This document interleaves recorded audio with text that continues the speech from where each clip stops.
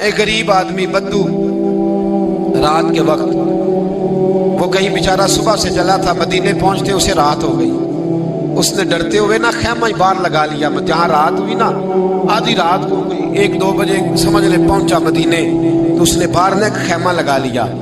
بیوی اس کی امید سے تھی، بچے کی ولادت کا وقت قریب آ گیا، بیمار ہو گئی، اس نے خیمہ لگایا۔ بیوی اندر ہے، حضرت عمر فاروق گشت پہ تھے رات کو، ساتھ ایک غلام تھا۔ حضرت عمر فاروق رضی اللہ تعالیٰ عنہ کہنے لگے وہ آگ جل رہی ہے تھوڑی سی، پتہ کرو کون ہے۔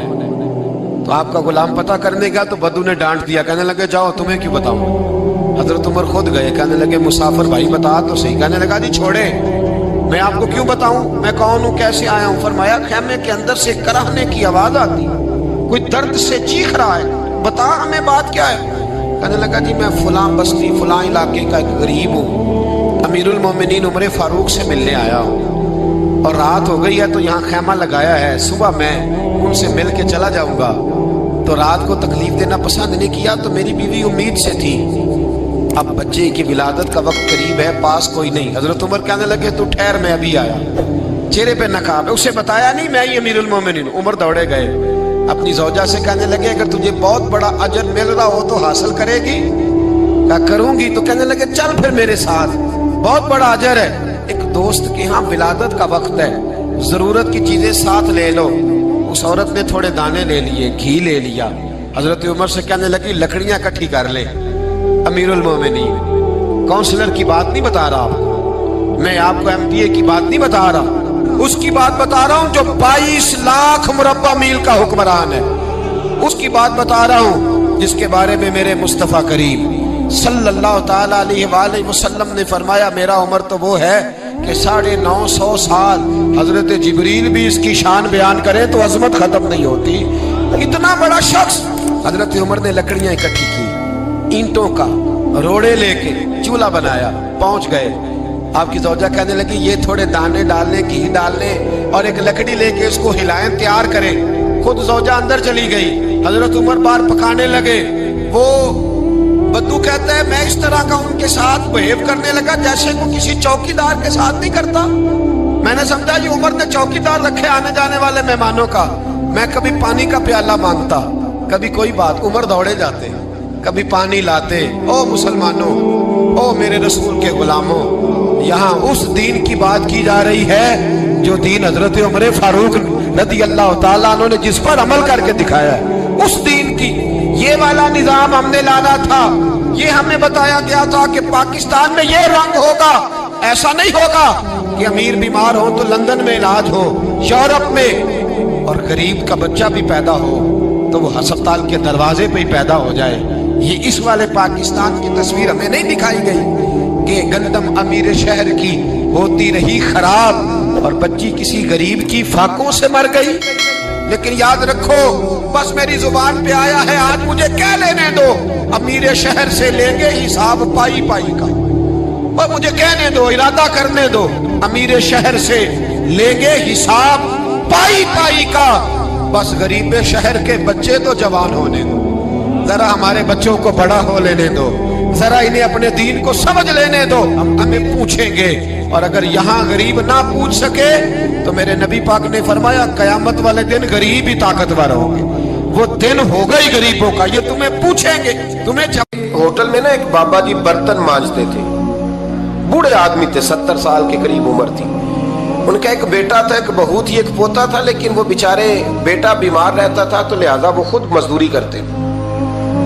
کہتے ہیں ایک دن وہ بابا جی میرے پاس آئے، کہنے لگے میم صاحبہ 2-4 دن کی چھٹی چاہیے۔ تو میں نے کہا خیریت ہے؟ کہنے لگے میڈم میرا بیٹا فوت ہو گیا۔ بیٹا، آپ کو پتہ ہے باپ کا جنازہ پڑھنا آسان ہے، بیٹے کا جنازہ اٹھانا بڑا مشکل کام۔ کہتی ہے میں کچھ لکھ رہی تھی، میرے ہاتھ سے قلم گر گیا، میں نے خود گاڑی بھیجی، بابا جی گاؤں چلے گئے جہاں وہ رہتے تھے۔ کہتی 2-3 دن کے بعد میں اور میرا شوہر گئے تو رستے میں ہم باتیں کر رہے تھے کہ کیا تعزیت کریں گے، ایک ہی بیٹا تھا، کوئی رشتہ دار بھی نہیں، تو اس کی تو کائنات اجڑ گئی، کن لفظوں سے اسے تعزیت کیا کہیں گے۔ کہتے جب ہم گئے تو وہ ٹوٹی ہوئی چٹائی پہ بیٹھا تھا، کچھ لوگ قریب تھے، ہم نے جا کے کہا بابا آپ مسلمان ہیں، ہم آپ کو کیا نصیحت کریں۔ ایک ہی بیٹا تھا کہ کس طرح کر کے ہم آپ کو تسلی دیں. تو کہتے ہیں اس نے آنکھیں کھولی, بوڑھی آنکھوں میں ایمان کی روشنی. کہنے لگا بی بی کیا تعزیت کی بات کرتی ہو, میں نے کوئی پیسے جمع کرا کے بیٹا لیا تھا, خدا نے فضل سے دیا تھا, عدل سے لے گیا ہے, میں اپنے رب کے فیصلے میں بڑا راضی ہوں. اللہ اکبر. وہ خاتون کہتی ہے کہ وہ بابا جی سے میں نے کہا کہ چلو آپ 1 مہینے کی چھٹی کر لے. تو کہنے لگا نہیں میڈم میں مسلمان ہوں, مفت کی روٹی نہیں کھاتا, مزدوری کر کے کھاتا ہوں, میں انشاءاللہ 2-3 دن کے بعد کام پہ آ جاؤں گا. کہتے ہیں وہ چند دنوں کے بعد آ گیا. اللہ کی قدرت کے ابھی 2-3 ماہ گزرے تھے, پھر آیا, میڈم چھٹی چاہیے کچھ دنوں کی. میں نے کہا خیریت ہے؟ کہنے لگے وہ میری بہو بھی ہارٹ اٹیک سے فوت ہو گئی. کہتے اب میں بھی تڑپ گئی ہوں اور عیسائی ہو کہ میری آنکھوں میں آنسو آ گئے. میں نے کہا گھر کا دروازہ بند ہو گیا, اب یہ بیچارہ کیا کرے گا؟ وہ اپنے شوہر کے غم میں ہارٹ اٹیک سے فوت ہو گئی. کہتے ہم پھر 2-3 دن کے بعد تعزیت کے لیے گئے, پھر ٹوٹی ہوئی چٹائی, بوڑھا نہ اپنی انگلیوں سے زمین پر کچھ بنا رہا ہے. کہتے قریب گئی اور میں نے جا کے کہا بابا اب تو تسلی آپ نے خود ہی کرنی ہے, جو نظام تھا وہ تو ہو گیا. تو کہتے ہیں پھر اس نے آنکھیں کھولی, آسمان کی طرف دیکھا تو کہنے لگا بیٹی کوئی پریشانی نہیں, میرا بیٹا بغیر شادی کے بھی تو فوت ہو ہی سکتا تھا نا, بس میرے مالک نے جب چاہا جیسے چاہ ہوا. میں انشاءاللہ 2-4 دن کے بعد کام پہ آؤں گا. یہ میرا 3-4-5 سال کا پوتا ہے, ابھی اسکول داخل ہوا ہے, میں ساتھ لے آؤں گا, وہاں میرے ساتھ اوپر کوارٹر میں جہاں میں رہتا ہوں یہ بھی رہے گا. کبھی کبھی میں دیکھتی چھت پہ کھڑے ہو کے کہ دادا گھوڑا بنا ہوا ہے اور پوتا سواری کر رہا ہے. وہ سویرے اٹھتا, اس کو سکول چھوڑ کے آتا, شام کو لے کے آتا, پیار کرتا, محبت کرتا. 3ری منزل پر ہم نے کوارٹر دیا ہوا تھا, وہاں دادا پوتا رہتے. اللہ تو بڑا بے نیاز ہے. کہتی ہے اقبال ایک دن نا پوتا اوپر والی منزل پہ کھیل رہا تھا, اس کا پیر پھسلا, وہ گردن کے بل زمین پہ گرا. مجھے خبر ہوئی تو میں دوڑی, ایمبولینس منگائی. خون سے لتھڑے ہوئے اس بچے کو دادے نے اپنی گود میں رکھا. اور جب ہم ہسپتال کی طرف گئے تو ہاسپٹل بعد میں آیا, جناب اسرائیل پہلے آ گئے اور کہتے ہیں وہ گود میں دم توڑ گیا. پھر دادے نے اسے اپنے ہاتھوں سے غسل دیا, پھر اس نے اپنے بوڑھے ہاتھوں سے قبر کھودی اور پھر مٹی ڈال کے کہنے لگا انا للہ و انا الیہ راجعون. جے سونا ہی میرے دکھ وچ راضی, جے سونا ہی میرے دکھ وچ راضی. پھر سکھ نو چلے ڈاواں. کہتے ہیں وہ مٹی ڈالی اس نے, اور جب وہ واپس پلٹا تو میں بازو سے تھام کے ہوٹل قریب لائی اور میں نے اس کے قریب کہا کہ بابا تو ٹوٹ گیا ہے, تو بکھر گیا ہے. تو کہتے ہیں یوں اس نے ہاتھ رکھے اور یوں آنسو چھٹک دیے.